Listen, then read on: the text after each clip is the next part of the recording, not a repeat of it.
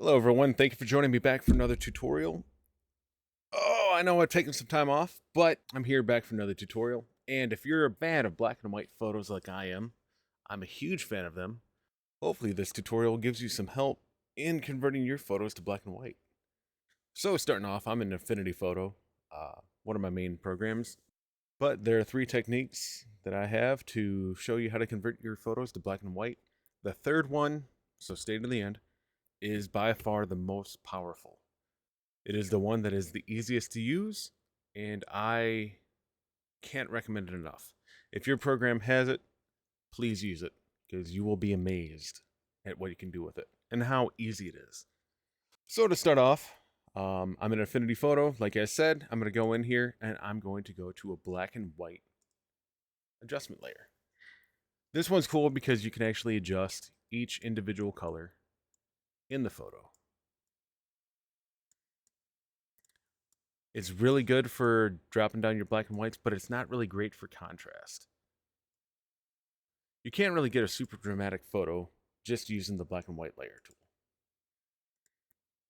So we can turn it off, turn it on, and we can get it. We can also go in here, bump up the contrast,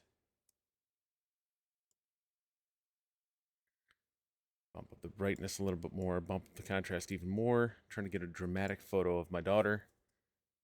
And I mean, it works all right. There's the contrast layer. There's the black and white layer. It's not doing a bad job. When I do black and whites, I really want more to pop from it. I really want the whites to be really white, the blacks to be really black, and I want that high contrast. Now we could go into a curves tool, bump up the whites, bump out the blacks even more. But again, we've already taken one photo and we're at 3 different layers. Kind of a lot of work, and there is a much better way to do it. So we'll go into another copy of the photo. You can see up here I have the black and white layer, I have HSL layer, so that's exactly what we're going to do here. So we're going to go into an HSL layer. That's your hue, your saturation, and your luminosity. And we're just going to take that saturation and drop it all the way down. Again, we have a nice black and white, but not really that much contrast. We can go into the adjustment layer, go to brightness and contrast, and even if we bump that contrast all the way up, we do get a more dramatic photo, which I like. But I'm not really getting that white silverish look that I want out of my whites. We can even go back into doing another curve layer, bumping up those whites even more. My mouse would work. Bumping down those shadows. And we're not too bad.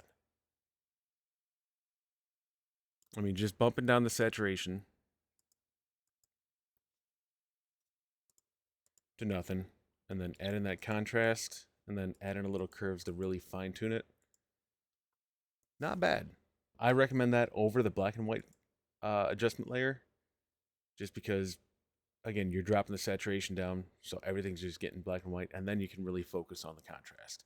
Now, going with the third option, this is by far my favorite option, to the point that I made a macro over here to the right, or to the left, sorry, of gradient black and white right here. But I'm going to show you how to do it from scratch. So get your macro layer up. So if you don't have it up, go to Window, and make sure your macros are enabled. So now you can hit record, and now anything we do will be recorded, and you can save that for a one-click solution. You just do it, and it'll automatically apply. So we'll hit record. We'll go over to our adjustment layer, and we'll go over to the gradient map. Now, right off the bat, it's going to look weird. Don't worry about it. You have your shadows to the left. You have your highlights to the right. So we're going to take the red and drop that all the way to black. The blue, we're going to click on that, click on the color right here, and we're going to draw that all the way to white. Then we're going to left click on the gradient on the line somewhere. To the left, we're going to make that one black as well. The last one that's green, we're going to hit that and just move it over white. And now you have a gradient tool that's only black and white. Instead of doing different adjustment layers to control the contrast, we can control the contrast and the black and whites all with the gradient layer. So if we drop that slider to the left, we're actually going to control the contrast of this image. Same thing with, again, the middle node, if you want to call that, and we can really control the highlights of this image. If I really want a bright image, I can move that more to the left. That way more of the mid-range colors will become more white. And same thing with the black. If we move it more to the medium or more to the middle, we're going to get a higher contrast. Or if we drop it down, we're going to bring more of that background in, more of the shadows in. Because I want this really dramatic, I want a lot of high contrast. I want that bright hat in the middle. I don't want to blow her arm out too much, but I still want that brightness coming up.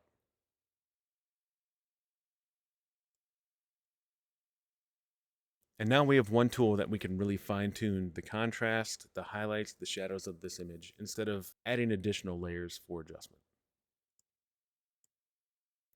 So now we can go back to the HSL layer. You can see the gradient layer has a much higher contrast. We have a lot more whites coming in there. Even if we go to the curve tool in the HSL picture and bump the highlights up, we're getting more closer to what the gradient map tool did. And then if we go back to the black and white, you can see it's completely doesn't look the same at all. If we go to the curves and bump up the highlights, it's bringing up everything, and you can see how much we're bringing it up. Bump down the shadows, make it really dramatic. The hat still isn't looking the same. We can even go in here, bump up the yellows. It's coming along a little bit better as compared to the gradient tool. It's a little bit better, but it's still, the hat is really dark compared to just using the gradient tool. HSL, same thing, still a little less contrast where that gradient layer is perfect. Then over here at the macro, we can hit stop, hit add to library. I want to change it to gradient black and white. And now we have it there. So even if we go delete this layer, I can go hit gradient black and white and it'll add those parameters. It's already there. You don't have to make another node. You don't have to go back and change all the colors. It is absolutely like we left it. And so if you have another photo, you can manipulate just two little nodes and really get the image that you want. Because some images are brighter, some are darker. You might need to adjust some stuff, but instead of going into a whole new adjustment layer, you have one tool, a single click on your macro toolbar, and now you can go in here and manipulate the contrast, your shadows, your highlights. It's already black and white. And this is by far the best tool that I've found for black and whites. If you have it in your editing program, it's in Affinity Photo. I highly recommend using gradient map adjustment for your black and whites. It's easier than just dropping the saturation down and controlling the contrast or going into a curve adjustment. Just one tool and you have all you need to really perfect that black and white. I appreciate everyone sticking around to the end. We'll see how this video goes. I'm hoping to do a lot more. I have a lot in mind, but I'm also pulled in many different directions right now. Hopefully this video helps you. Let me know down in the comments below. Subscribe if you'd like to. Share the video. I have more in store, but I also want to make the best use of my time to make sure that people are getting something from this and that it's worth my time making these. So throw me a comment in the suggestion. Does this help you? Does this not help you? Is there a better way that you know that you can share and help out the community? Because that's what I'm here to do. I'm not trying to toot my own horn. I'm just trying to share my knowledge and help you guys out with your photos.